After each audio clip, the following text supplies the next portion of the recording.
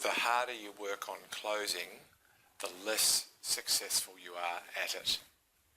That's always been true for sales, and I'm going to show you why it's true for marketing as well.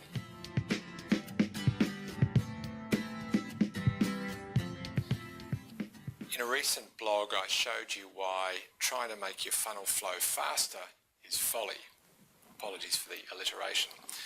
But basically, we can't go faster or slower than the buyer wants us to go.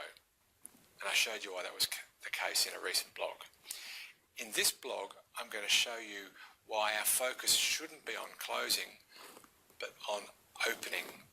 How and with whom and about what we open is the key. I want to start by talking about why we need to focus on failure and not on success. If you have a 25% success rate, 1 in 4 move forward, that means you have a 75% failure rate. Well, isn't that just semantics? 75% failure rate, 25% success rate. Is it a glass half full, glass half empty thing? Well, no, it's not. And the reason it's not is that if you focus on success, the 25% that did move forward, then you forget to focus on the 75% who didn't. The funnel leaks.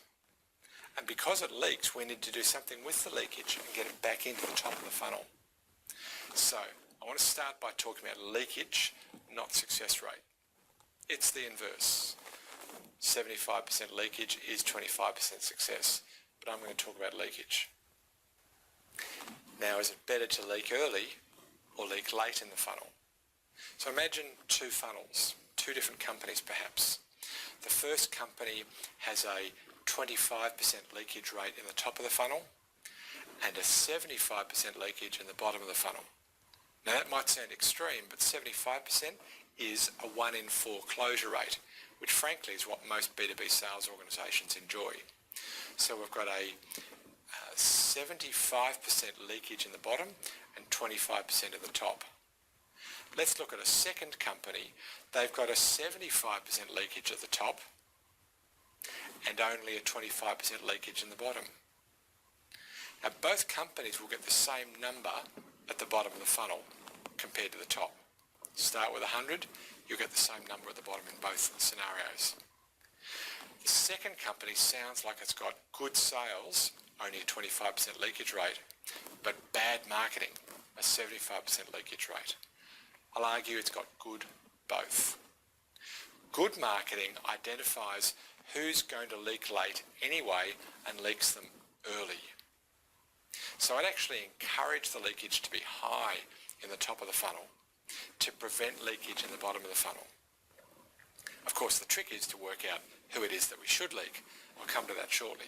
But let's start with a premise that leakage in the top of the funnel isn't a bad thing, particularly if it reduces the leakage in the bottom of the funnel. Why is that the case? Well, there's two reasons. The first one is that it costs a lot more per movement forward, or per progression if you like, for sales tactics compared to marketing tactics. Sales is just more expensive than marketing per progression. So I'd want to have a small number of progressions executed by sales and a large number by marketing. So I want my failure rate at the bottom of the funnel to be as low as possible. That's point number one. Point number two is if you leak them early, you can get them back into the funnel for reconditioning, re-nurturing, re-education, concept education, through your marketing nurtures earlier. Again, I'd rather get them into that process sooner than later. Long story short, early leakage isn't a bad thing, late leakage is expensive. Well, how can we actually reduce the leakage? A number of really practical things that you can do to reduce your leakage. Firstly, target really well. Find out the type of buyer likely to be able to be troubled by the problem that you solve and focus on them. Secondly, position with that group really effectively. So they trust when they're in a conversation with you, they feel like they're working with the leader around this problem. And secondly, when they begin that process of realising they have the problem all on their own, they're more likely to be talking to you. We all know that inbound inquiries have a very high success rate compared to outbound. So, target the right group, position with them really effectively around that problem. Thirdly, trouble them about that problem really effectively. And by the way, pick the right problem. Some problems I can solve better than you. Some problems you can solve better than me. Clearly, you should be focusing on that second group of problems or that second problem. Next, help them transition really well from gap to need or from problem to need. It's all around shaping the concept of what they need. You're not offering a solution yet. You're helping them understand what it is they need from any solution before they go to market. That need shaping is critical. And finally, propose really effectively as a solution to that problem. It's all around how you open the conversation, not around how you close it. And that's how you reduce leakage. In a moment or two, I'm going to show you how we build that leakage into the funnel plan so that your go-to-market plan has the right expectations and the right dimensions to it. I'm going to show you, though, before that, two things. Firstly, I'll draw in our research and show you some very specific things that you can be doing to reduce your leakage, and I'm going to invite you to receive additional blogs like this. But let's get to the research first. What does the research and our experience tell us is the best way, or are the best ways, to reduce leakage?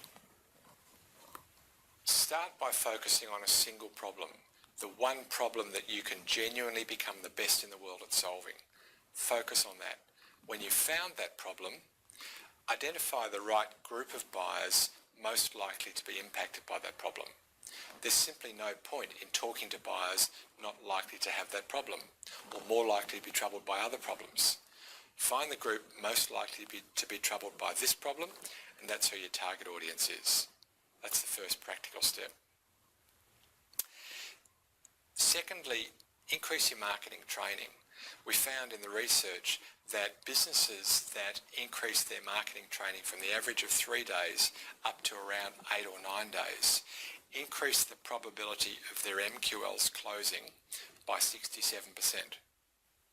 So again, the probability of marketing generated leads closing increased by 67% for companies that had invested heavily in marketing training. So that's a practical thing that you can do. Increase the visibility on the process. So a lot of companies go through a fairly normal transition around process. They start with sales process, then they add marketing process, then they kind of tie the two together into a single process, and then they start to improve it through Kaizen-like thinking. Why not jump right to the end?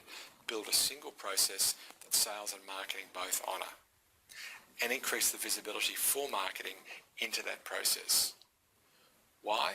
Well, if marketing knows what's closing and knows how it's closing, marketing's going to change what it does. If you keep that a secret from marketing, how can marketing fix it? So a single process that everybody has visibility on is a good step.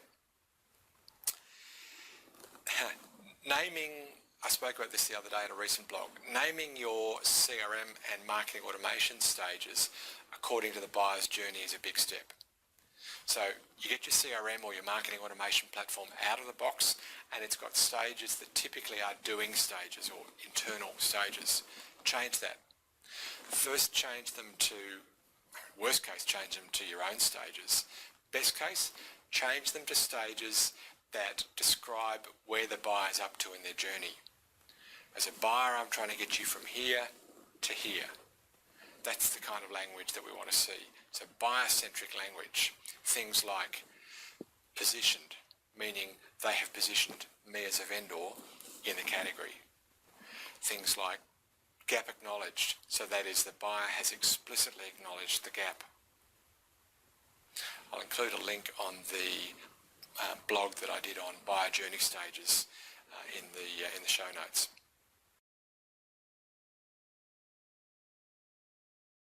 The effect of doing that is that we saw the probability of an MQL closing from an average of 16% up to 31%, so nearly double the closure rate, by focusing marketing on the buyer's journey, not the seller's journey. Simple thing to do, big effect. Next, measure marketing not just on the early stages of the funnel, but also on the late stages. If marketing's generating leads that are very interested and very willing to meet with sales, but then don't close, then marketing is doing nobody any favours. Give marketing visibility on the closure rates at every single stage, all the way through to close deal. Finally, spend around 35% of your total marketing budget on demand generation. We used to argue for 40% or more. We've found that 35% is the sweet spot these days. Pushing more than that creates a fairly pushy kind of conversation, which we've proven doesn't work.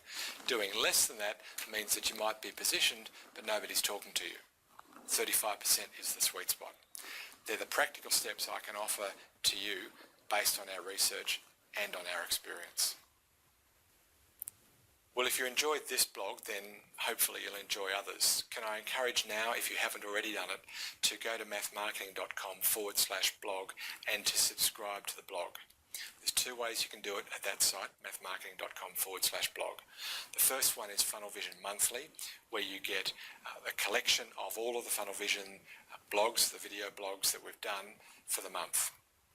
You can also subscribe to Funnel Vision Weekly, where we send you out twice a week this blog as it's produced, as well as another blog from one of our funnel coaches. Frankly, what most people do is subscribe to both. Can I encourage you to do that now, and then to come back and I'll finish this off for you. By the way, last thing I forgot, you can also go to YouTube and subscribe to this YouTube channel so that YouTube will tell you when future blogs come out. Again, that's every week. So there's three options for you. mathmarketing.com/blog has got two of them, and YouTube's got the third one. Why don't you do that now, come back, and then I'll show you how we do this in Funnel Plan. Well, I promised to show you how we do that in Funnel Plan, so let me do that now. Let's start by taking a look at the overall funnel plan. You can see that at the center we've got this velocity model. I'm going to zoom in on that shortly, but the overall importance of the velocity, I want to just make sure that's really clear first. Once the objectives and the strategy are really clear, of course we want to move into tactics as quickly as we can.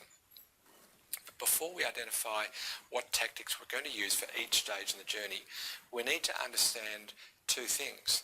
Firstly, how effectively we need to move buyers through each stage. That's the leakage. And we need to understand how many buyers need to move through each stage. Because we need to choose tactics good enough to be that effective and good enough to work at that scale. So we need the numbers. The velocity is really quite key. Now, lag that we spoke about in the last blog is important, leakage more so. Let's take a look now at the velocity model. You can see that this is showing a 3-year view of the overall velocity. That's most impacted by how much you will leak between each progression, between each stage of the buyer's journey, and how quickly you get them back into the funnel. So let's now take a look at the application itself. So we go to funnel velocity, and I'll start with this simple funnel math. Basically, there are some top-level indicators that most businesses have a good sense of. How long do you think it's going to take, top to bottom? We covered that in a recent blog. Then, how effectively will we create leads, and how effectively will we convert proposals? Those two ratios might be enough for you. The meetings I'm going to skip over, we'll come back to that on another day. Now let's take a look in the advanced funnel math, what that's done. That top-level leakage has got translated into these early stages, 3 stages. The second figure got translated into the leakage in the next 2 stages. So we've kind of spread those 2 top numbers across 5 progressions. Now the very top is how effectively we get them interested. So from positioned to interested. Now that figure we're going to ask you to indicate with your own number. As a default, when you open the funnel plan, it assumes 90% leakage, 10% success rate. Now right down at the very bottom, you can see that we've got this additional leakage from decision to revenue. Now you might be in a business that once they've signed the contract, they always convert to revenue. If that's the case, just put in 0. In a lot of businesses, even though there's been a contract signed, the work doesn't get done or the product doesn't get consumed. And so there is a leakage. It may not be much, it might only be 2%, but it's often not 0. So we allow for the possibility of interpreting a leakage there. Now I haven't changed any of the leakage values yet. Let me now do that. In fact, I'll change these top 3 stages. And if I scroll back to the top of the simple funnel math, you can see that that top level figure has changed. So you can do it one of 2 ways. You can either start, in fact this is how I do it, start with a high level figure, then go down to your more granular figures and change those, but scroll back to your top level figure just to make sure it still looks about right. And on that score of looking about right, take a look across here at the simple velocity. This is a way of testing whether your leakage values, which are quite granular and you can kind of get lost in the detail a little bit, are just stacking up. Take a look at the proposed to close ratio, or the probability of a proposal converting to revenue. Is that about right based on your experience and the way that you're shaping the business? Then move a little further up. Once they've shown some level of interest, what's the percent probability that they'll ever convert to revenue? Just sense check that. All of those figures are dictated directly by the number that you put in your leakage value. You might have just got too clever in the leakage values and somewhat misled the overall probability. So use that just to check. You can also check your total velocity. And what this is going to calculate, and it takes about 30 seconds to calculate, what it's going to calculate is that in order to meet your specific revenue objectives, how many buyers need to be at each stage of the journey in total over the next 3 years. And that gives you your total velocity figure. And down the bottom here, we look at the whole thing mapped out in prose or in text. We call that funnel gold, and that's just a way of sense checking the overall math and whether it's stacking up for your business. And here's a couple of figures that I really like to look at personally. How many customers will you achieve from how much market? That's a key indicator, because if you've only got 5 or 6% of the market as indicated by your funnel math, then really you're going to be doing all the hard work because you're a bit player in the market. I'd rather see you work harder at reducing your leakage rates using the techniques I showed you earlier and necessitate dealing with a much smaller market. If you're better, you can work with a smaller market. And here's the wonderful flip of that.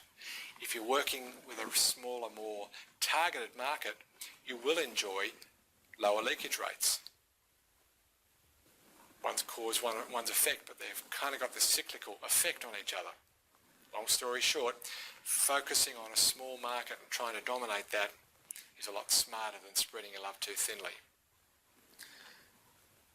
They're the sort of indicators that funnel math lets you take a look at.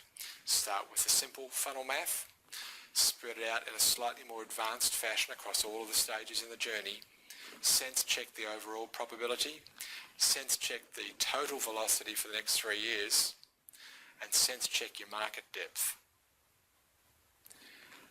Then you'll be able to select tactics good enough to move buyers through at that stage. How we do that, that's certainly for another day, but before that I'm going to show you on another day how we handle all of those buyers who've leaked and how we get them back into the funnel. And that's this recycling and evaporation. I'll come to that on another day. But for now, may your funnel be full and always flowing.